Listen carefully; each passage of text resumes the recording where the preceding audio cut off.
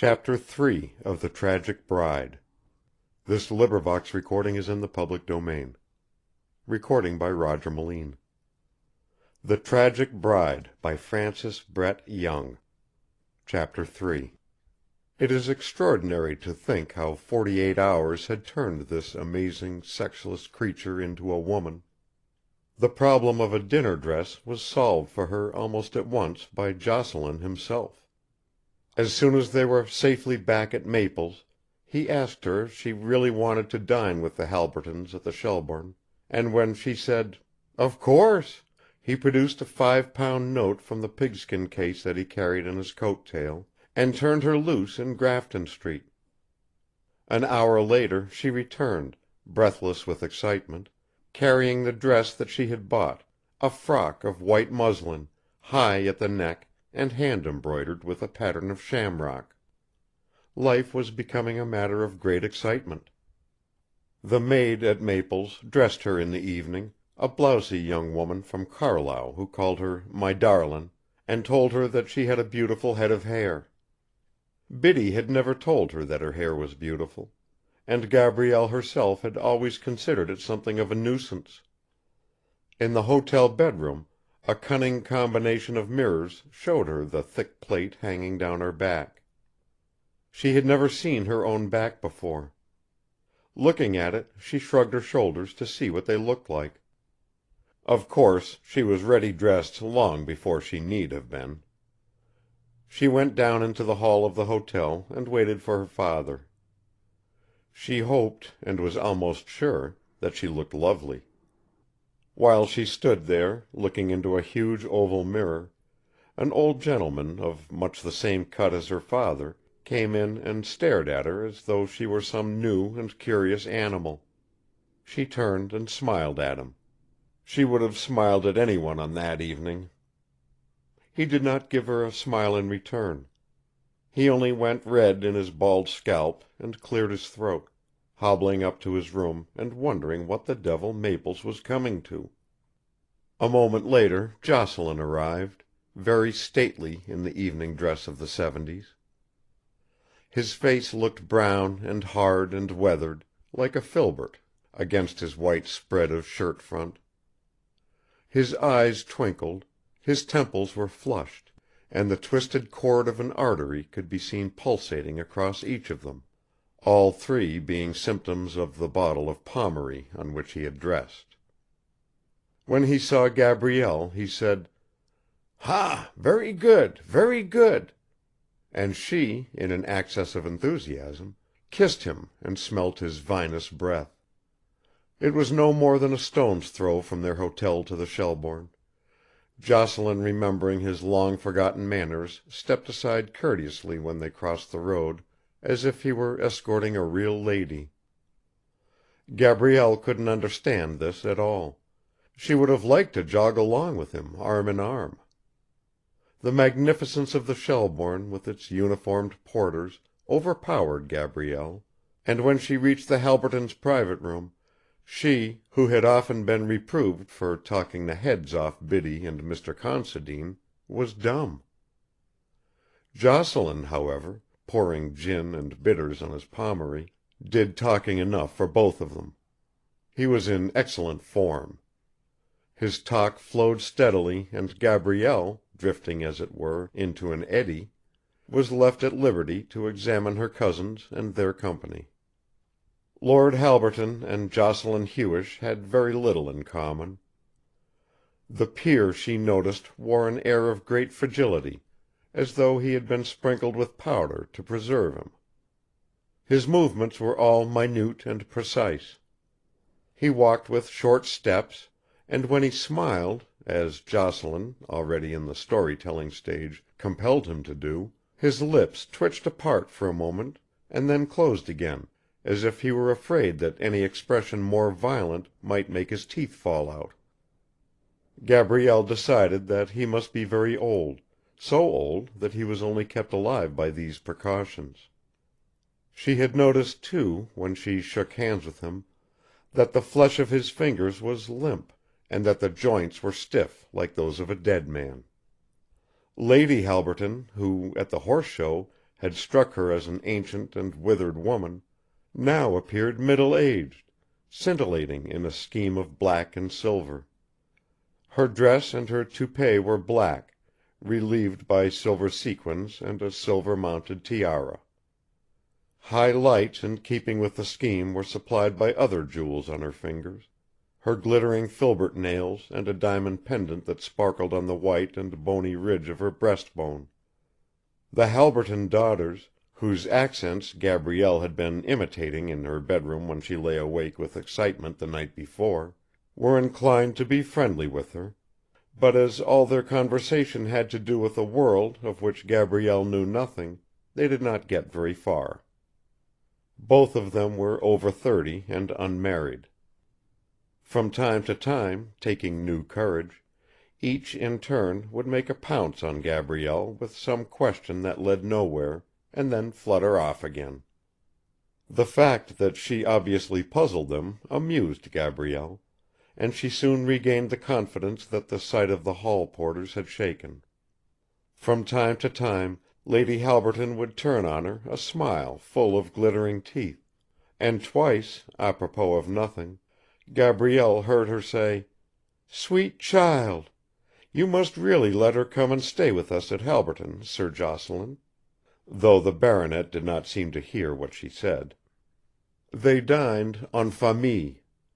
Lord Halberton ate as gingerly as he smiled, probably for the same reason. The party had been squared by the addition of 2 young men, one of them a soldier from the Curragh, named Fortescue, and the other a naval sub-lieutenant named Radway. He and Gabrielle, as the least important persons, found themselves in each other's company, while Captain Fortescue dished up the kind of small talk to which they were accustomed to the 2 Halberton girls, Lady Halberton continuously sparkling at Sir Jocelyn, and her husband presiding over the whole function with set lips like a cataleptic. It was Radway who saved Gabrielle from throttling herself with the flower of a French artichoke, a vegetable with which she was unacquainted, and in a burst of gratitude she confided to him the fact that this was her first dinner party. From this they slipped into an easy intimacy, easy for her because she was so thankful to find someone to whom she could babble, and for him because she was so utterly unguarded. It had been unusual for him to meet a girl of birth or breeding who was not preoccupied with matrimonial possibilities, and this creature was as frank as she was beautiful. Radway had never been in Ireland before. The cruiser on which he served was visiting Kingstown, and at the Horse Show he had run across the Halbertons whom he had first met when he was stationed in their own county at Devonport. Beyond them he didn't know a soul in the country, and the soft western brogue of Gabrielle fascinated him.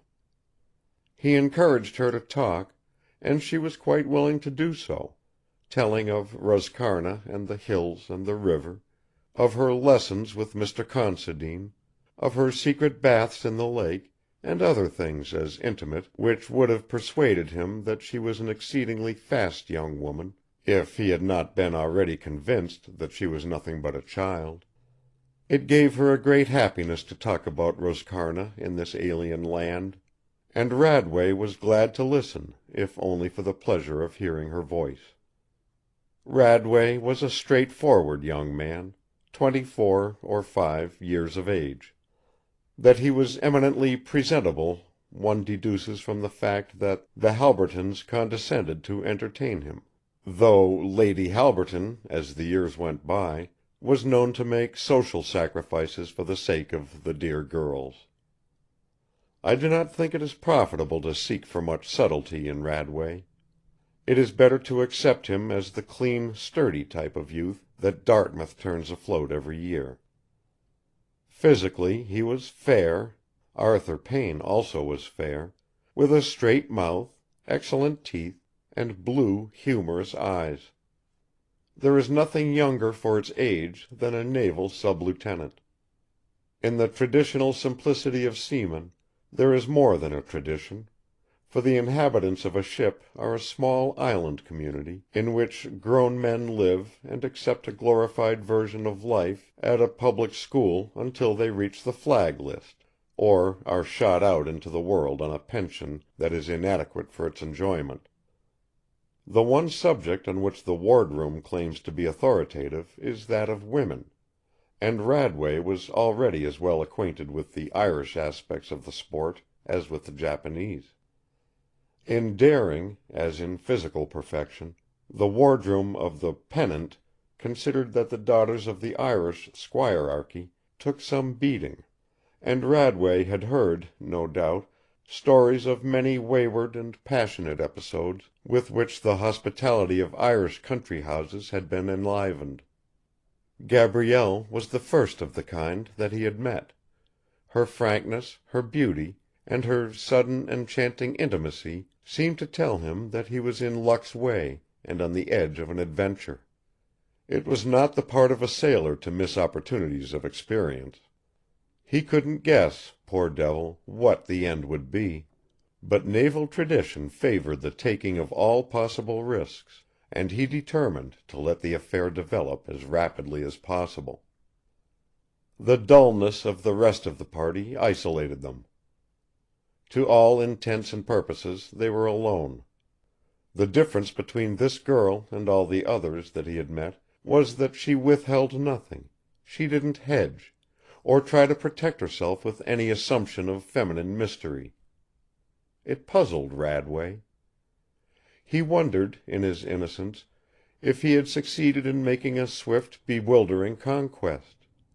Of course he hadn't done anything of the sort, but the speculation disarmed him, and by the end of the evening he was thoroughly bowled over.